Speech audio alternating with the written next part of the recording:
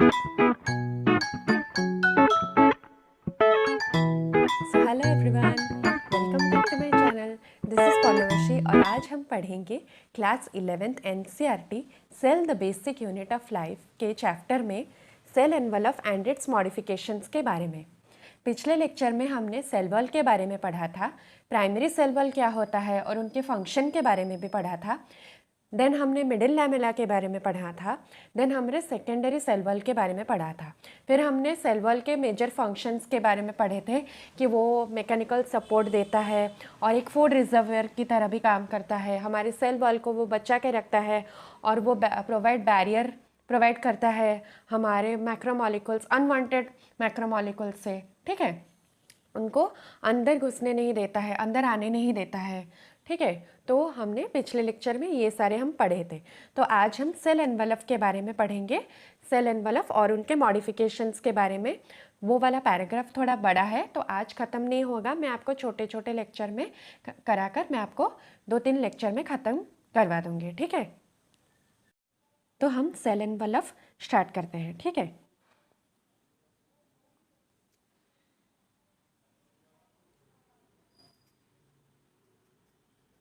Cell envelope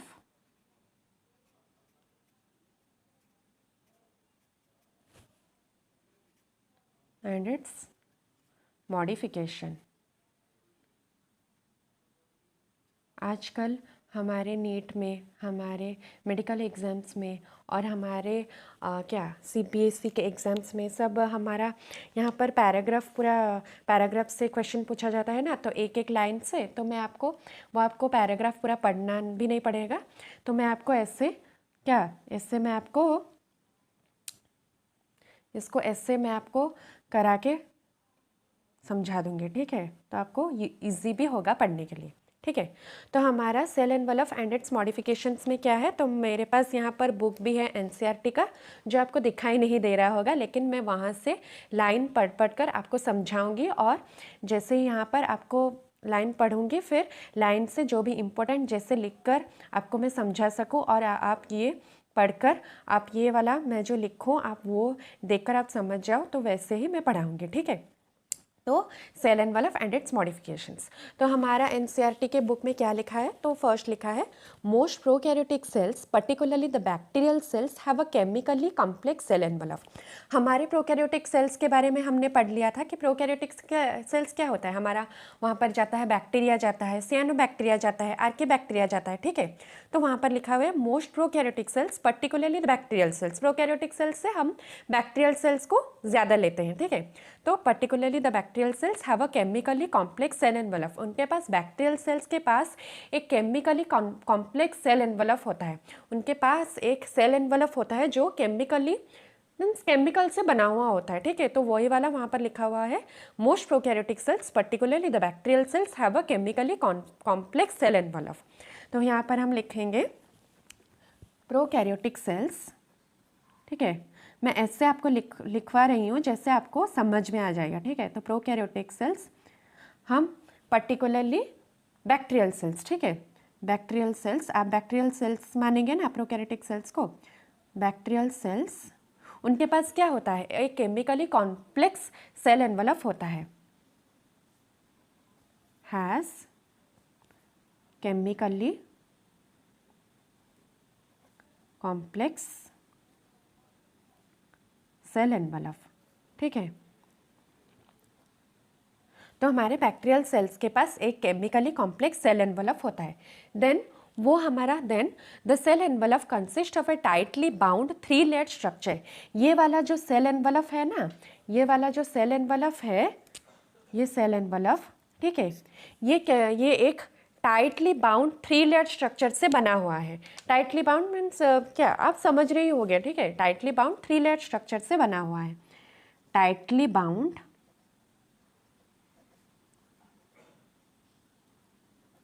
3 layered structure,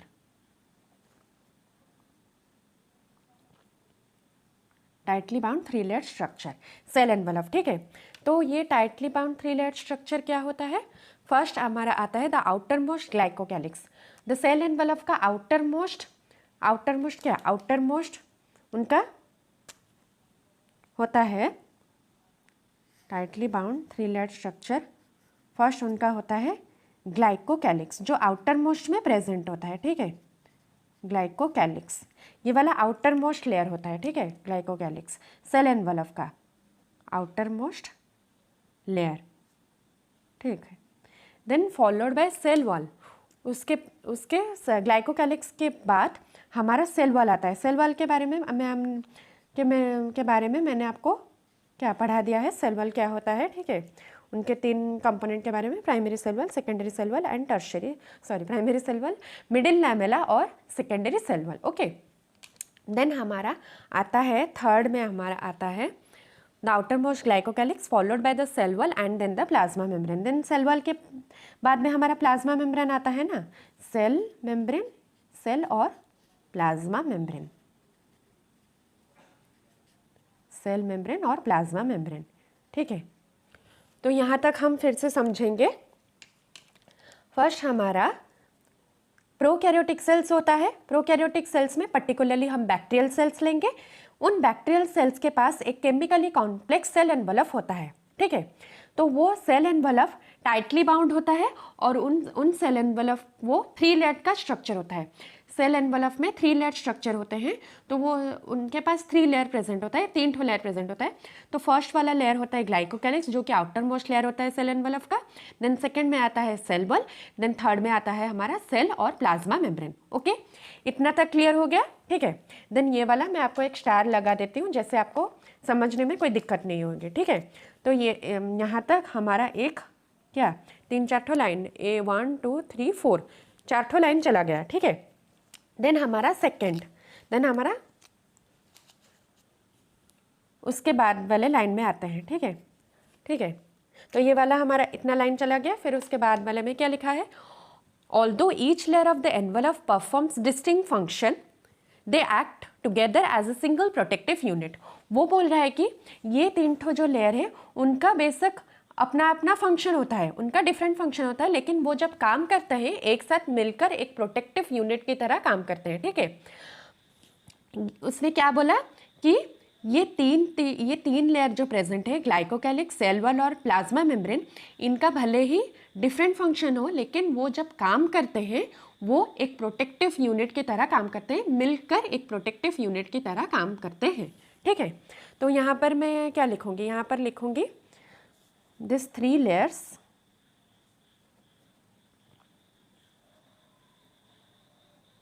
performs different function, okay, performs different function। वो भले ही 3 अपने अपने काम करते हो, लेकिन वो जब काम करते हैं उनका फंक्शन भले ही अलग हो, लेकिन वो जब काम करते हैं मिलजुल कर एक प्रोटेक्टिव यूनिट की तरह काम करते हैं, ठीक है। These 3 layers performs different function, but they act together as a single protective unit। एक सिंगल प्रोटेक्टिव यूनिट की तरह काम करते हैं, ठीक है। उनका भले ही, वो कह रहा है कि उनका भले ही अलग अलग फंक्शन हो, लेकिन वो जब काम करते हैं एक साथ मिलकर एक प्रोटेक्टिव यूनिट की तरह काम करते हैं, ठीक है। This 3 layers performs different functions, but they act together as a single protective unit, okay। Then हमारा आया bacteria can be classified into 2 groups on the basis of the differences in the cell envelopes and the manner in which they respond to the staining procedure developed by Gram, that is Gram positive and Gram negative. तो वो क्या बोला, bacteria can be classified, हमारा जो bacteria होता है उनको हम क्लासीफाई करते हैं, उनको हम क्लासीफाई कर सकते हैं 2 ग्रुप्स में, ठीक है। कैसे हम क्लासीफाई करेंगे, फर्स्ट हम क्लासीफाई करेंगे on the basis of the cell envelope. वो 2 बैक्टीरिया के पास हम लोग यहाँ लेंगे ग्राम पॉजिटिव और ग्राम नेगेटिव बैक्टीरिया, उन लोगों में डिफरेंस क्रिएट करेंगे। उन लोग डिफरेंस में फर्स्ट हमारा कौन से बेसिस में हम डिफरेंस करेंगे, फर्स्ट हमारा होगा कि उनके पास क्या उनके पास कौन से सेल एनवलप होते हैं। ग्राम पॉजिटिव बैक्टीरिया के पास कैसे सेल एनवलप प्रेजेंट होते हैं और ग्राम नेगेटिव बैक्टीरिया के पास कैसे सेल एनवलप प्रेजेंट होते हैं, ठीक है। देन हम डिफरेंस क्रिएट करेंगे। ये फर्स्ट वाला गया on the basis of the cell envelope present in those 2 bacteria, ठीक है, ये फर्स्ट वाला गया।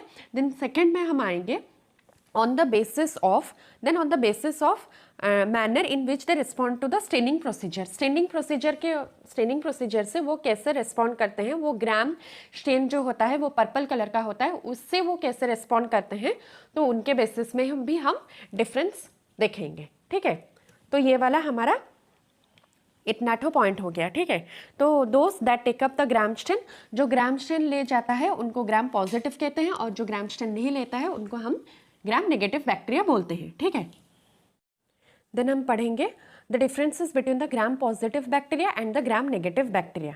जिनको थोड़ा बेसिक पता नहीं होगा तो उनके लिए मैं ये वाला कर रही हूँ। ठीक है, नहीं तो ये बुक में नहीं दिया हुआ है, पर जिनको क्या थोड़ा डाउट होगा कि ग्राम positive bacteria and Gram negative bacteria के बीच में डिफरेंस है, तो उनके लिए मैं बोल रही हूँ। ठीक है, ग्राम पॉजिटिव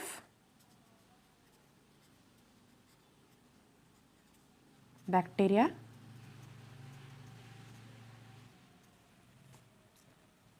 और ग्राम नेगेटिव बैक्टीरिया। ठीक है, उनके बीच में क्या डिफरेंस है, सिंपल डिफरेंसेस हम देखेंगे। ठीक है, उनके बीच में क्या क्या डिफरेंसेस हैं, तो वो सिंपल डिफरेंस हम देखेंगे। ठीक है, तो हमारा ग्राम नेगेटिव बैक्टीरिया हम पहले उनका देखेंगे, ग्राम पॉजिटिव बैक्टीरिया का देखेंगे। तो ग्राम पॉजिटिव बैक्टीरिया हमारा उनका सेल वॉल, फिर फर्स्ट हम लोग देखेंगे सेल वॉल के बेसिस पर इन दोनों का सेल वॉल कैसे होता है, Gram positive and Gram negative bacteria का सेल वॉल कैसे होता है। ठीक है, तो ग्राम पॉजिटिव बैक्टीरिया का सेल वॉल, उनका ग्राम पॉजिटिव बैक्टीरिया का सेल वॉल सिंगल लेयर्ड होता है और स्मूथ सेल वॉल होता है। उनका it has single layered cell wall, Gram positive bacteria has single layered cell wall, then smooth cell wall, single layered cell wall होता है और एक स्मूथ सेल वॉल होता है। देन ग्राम नेगेटिव का कैसे सेल वॉल होता है, का cell wall, Gram negative bacteria का कैसे सेल वॉल होता है, उनका एक डबल लेयर्ड सेल वॉल होता है, डबल लेयर्ड उनका सेल वॉल डबल लेयर्ड का होता है और वेवी सेल वॉल होता है। जैसे यहाँ पर हमारा ग्राम पॉजिटिव बैक्टीरिया का स्मूथ सेल वॉल, जैसे ऐसे ही नॉर्मल सा सिंपल सा ऐसे ही सेल वॉल होता है।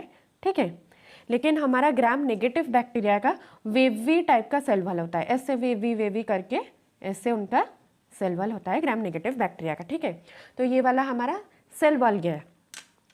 देन हम आएंगे क्या, पेप्टिडोग्लाइकन लेयर। इसका पेप्टिडोग्लाइकन लेयर कैसे होता है और इसका पेप्टिडोग्लाइकन लेयर कैसे होता है, यहाँ कहाँ लिखूंगी, यहाँ लिख लेती हूँ, पेप्टिडोग्लाइकन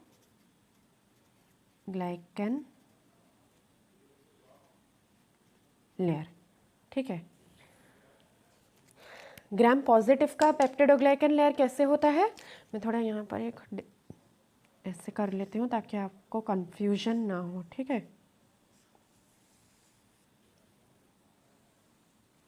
हो गया। हमारा ग्राम पॉजिटिव बैक्टीरिया का पेप्टिडोग्लाइकन लेयर थिक होता है। ठीक है, इसका थिक पेप्टिडोग्लाइकन लेयर प्रेजेंट होता है और ये मल्टी लेयर भी हो सकता है। पेप्टिडोग्लाइकन ग्राम पॉजिटिव बैक्टीरिया का थिक पेप्टिडोग्लाइकन लेयर होता है और ये मल्टी लेयर भी हो सकते हैं, कैन बी मल्टी लेयर। ठीक है, देन हमारा ग्राम नेगेटिव बैक्टीरिया में उनका पेप्टिडोग्लाइकन लेयर,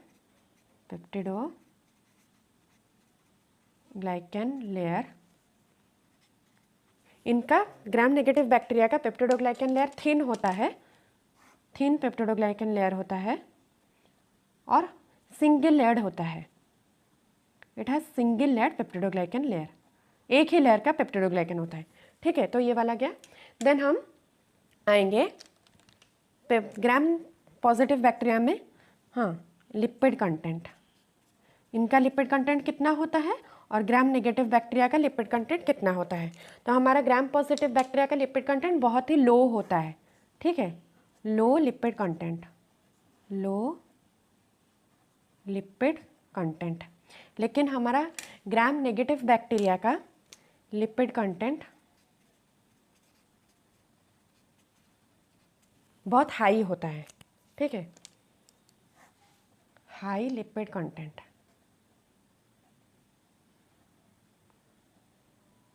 ठीक है, देन हमारा लास्ट में डिफरेंस आ गया, हाँ लास्ट में हमारा डिफरेंस आ गया एंटीबायोटिक्स से। एंटीबायोटिक्स, एंटीबायोटिक्स क्या होता है, हम जानते हैं कि जब हमें कोई डिजीज़ होता है, बैक्टीरियल डिजीज़ होता है, तो हम एंटीबायोटिक लेते हैं, ठीक है।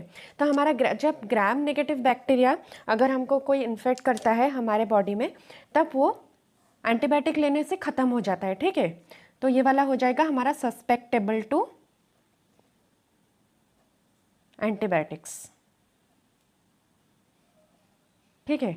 लेकिन हमारा ग्राम नेगेटिव बैक्टीरिया, हमारा जो ग्राम नेगेटिव बैक्टीरिया होता है एंटीबायोटिक्स, ये रेजिस्टेंट टू एंटीबायोटिक्स, एंटीबायोटिक से ये काम नहीं करता है। अगर हमको कोई ग्राम नेगेटिव बैक्टीरिया ने कोई इन्फेक्ट किया है तो हमें वो एंटीबायोटिक से ठीक नहीं होता है, ठीक है। रेजिस्टेंट टू एंटीबायोटिक्स, यहाँ हम बोल सकते हैं रेजिस्टेंट टू एंटीबायोटिक्स, ठीक है। तो हमारा ये पहला वाला हो गया। ग्राम पॉजिटिव बैक्टीरिया के पास सेल वॉल सिंगल लेयर का होता है और स्मूथ सेल वॉल प्रेजेंट होता है, लेकिन ग्राम नेगेटिव बैक्टीरिया में सेल वॉल डबल लेयर होता है और वेवी टाइप का सेल वॉल होता है, ऐसे। देन हमारा इनका पेप्टिडोग्लाइकन लेयर थिक होता है ग्राम पॉजिटिव बैक्टीरिया का, और मल्टी लेयर्ड भी हो सकते हैं, और मल्टी लेयर्ड हो गया है तो थिक हो जाएगा ना। देन हमारा ग्राम नेगेटिव बैक्टीरिया, उनका पेप्टिडोग्लाइकन थिन होता है और सिंगल लेयर्ड का होता है।